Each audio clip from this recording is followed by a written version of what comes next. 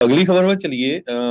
ਇੱਕ ਪਾਸੇ ਤਾਂ ਜੋ ਫੈਡਰਲ ਰਿਜ਼ਰਵ ਬੋਰਡ ਆ ਜਾਂ ਇਕੋਨੋਮਿਸਟ ਆ, ਉਹ ਕਹਿ ਰਹੇ ਇਨਫਲੇਸ਼ਨ ਬਹੁਤ ਕੂਲ ਡਾਊਨ ਹੋ ਰਹੀ ਆ। ਜਿਹੜਾ ਟਾਰਗੇਟ ਰੇਟ ਆ ਫੈਡ ਦਾ ਵੀ 2% ਤੇ ਲੈ ਕੇ ਆਣੀ ਆ, ਉਹ ਕਾਫੀ ਟਫ ਆ। ਪਰ ਦੂਸਰੇ ਪਾਸੇ ਜੇ ਐਜ਼ ਏ ਇੰਡੀਵਿਜੂਅਲ ਆਪਾਂ ਦੇਖੀਏ ਤਾਂ ਸਾਨੂੰ ਲੱਗਦਾ ਨਹੀਂ ਵੀ ਇਨਫਲੇਸ਼ਨ ਘਟੀ ਆ। ਹੁਣ ਦੇਖੋ ਵੀ ਗੈਸ ਦੀਆਂ ਪ੍ਰਾਈਸਾਂ ਤਾਂ ਫਿਰ $5 ਦੇ ਕਰੀਬ ਪਹੁੰਚ ਗਈਆਂ ਹੈਗੀਆਂ।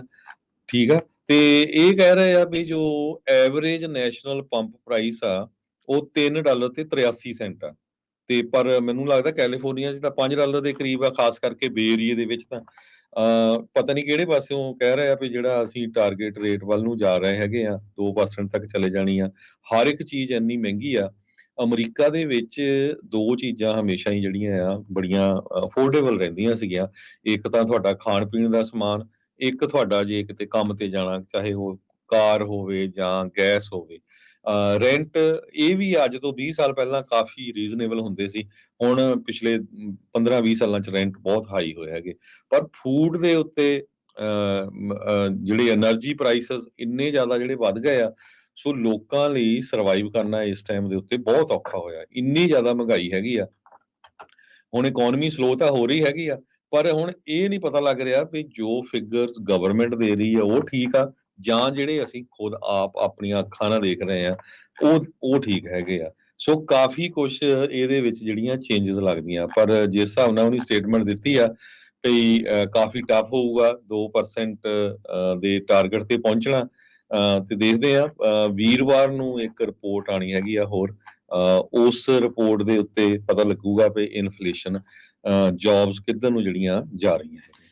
ਇਹ ਸਾਰੇ ਮਾਮਲੇ ਵਿੱਚ ਨਾ ਇੱਕ ਝੋਲ ਆ, ਉਹ ਥੋੜਾ ਜਿਹਾ ਆਪਣੇ ਸਰੋਤਿਆਂ ਨੂੰ ਦੱਸ ਜਾਈਏ। ਜਿਹੜੀ ਇਨਫਲੇਸ਼ਨ ਦੇ ਨੰਬਰ ਆ ਨਾ, ਉਹ ਹਮੇਸ਼ਾ ਇਹ ਦੱਸੇ ਜਾਂਦੇ ਆ ਪਿਛਲੇ ਸਾਲ ਦੇ ਮੁਕਾਬਲੇ।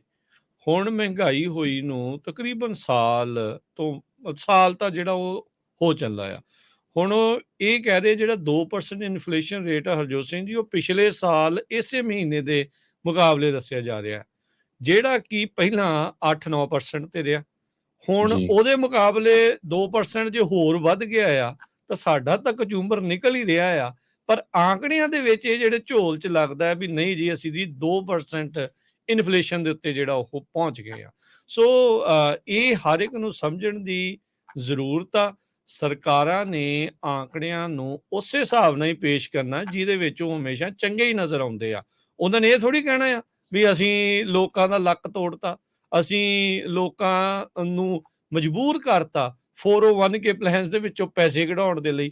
ਵੀ ਇਹ ਅੱਜ ਦੀ ਵੱਡੀ ਖਬਰ ਆ ਹਰਜੋਤ ਸਿੰਘ ਜੀ, ਵੀ ਜੀ ਅਮਰੀਕਨਸ ਇਸ ਮੌਕੇ ਬਹੁਤ ਵੱਡੇ ਪਰਸੈਂਟੇਜ ਅਲਾਰਮਿੰਗ ਰੇਟ ਦੇ ਉੱਤੇ ਆਪਣੇ 401k ਪਲਾਨ, ਜਿਨ੍ਹਾਂ ਨੂੰ ਰਿਟਾਇਰਮੈਂਟ ਪਲਾਨਸ ਆਖੇ ਜਾਂਦੇ ਆ, ਉਹਦੇ ਵਿੱਚੋਂ ਡਾਲਰ ਕਢਾਉਣੇ ਸ਼ੁਰੂ ਕਰ ਦਿੱਤੇ ਆ। ਕਹਿੰਦੇ ਵੀ ਜਿਹੜੀ ਹਾਰਡਸ਼ਿਪ ਵਿਡਰੋਲ ਇੱਕ ਇਸ ਦੇ ਵਿੱਚ ਮੱਦ ਹੁੰਦੀ ਆ, ਉਹ ਦੂਜੇ ਕੁਆਟਰ ਦੇ ਵਿੱਚ ਪਹਿਲੇ 3 ਮਹੀਨਿਆਂ ਦੇ ਨਾਲੋਂ 36% ਵੱਧ ਚੁੱਕੀ ਆ। ਸੋ ਉਹ ਕਹਿੰਦੇ ਵੀ ਬਹੁਤ ਟਰਬਲਿੰਗ ਆ। ਕ੍ਰੈਡਿਟ ਕਾਰਡ ਨੂੰ ਲੈ ਕੇ ਜੋ ਅਮਰੀਕਾ ਦੇ ਲੋਕਾਂ ਦਾ ਹਾਲ ਬਣਿਆ ਪਿਆ ਆ, ਉਹ ਕ੍ਰੈਡਿਟ ਕਾਰਡ ਦਾ ਡੈਟ $1 ਟ੍ਰਿਲੀਅਨ ਨੂੰ ਉਹ ਪਾਰ ਕਰ ਚੁੱਕਾ ਆ। ਸੋ ਲੋਕਾਂ ਦਾ ਨਾਸਾਂ ਥਾਣੀ ਕੰਨਾਂ ਥਾਣੀ ਧੂੰਆਂ ਨਿਕਲਿਆ ਪਿਆ ਆ। ਤੇ ਇਹ ਫੈਡ ਵਾਲੇ ਜੋ ਮਰਜ਼ੀ ਕਹੀ ਜਾਣ, ਜਿੱਦਾਂ ਤੁਸੀਂ ਕਿਹਾ, ਲੋਕਾਂ ਨੂੰ ਨਜ਼ਰ ਆ ਰਿਹਾ ਆ, ਪਤਾ ਲੱਗ ਰਿਹਾ ਆ ਵੀ ਸੇਕ ਸਰੀਰ ਦੇ ਸਾਰੇ ਪਾਸੇ ਜਿਹੜਾ ਆ ਇਸ ਦਾ ਪੈ ਰਿਹਾ ਆ। ਸੋ ਇਹ ਆંકੜਿਆਂ ਦੇ ਝੋਲ ਦੇ ਵਿੱਚੋਂ ਵੀ ਆਪਾਂ ਨੂੰ ਬਚਣਾ ਚਾਹੀਦਾ ਆ, ਤੇ ਅਸਲੀਅਤ ਕੀ ਆ ਉਹ ਵੀ ਜਾਣਨ ਦੀ ਜ਼ਰੂਰਤ ਆ।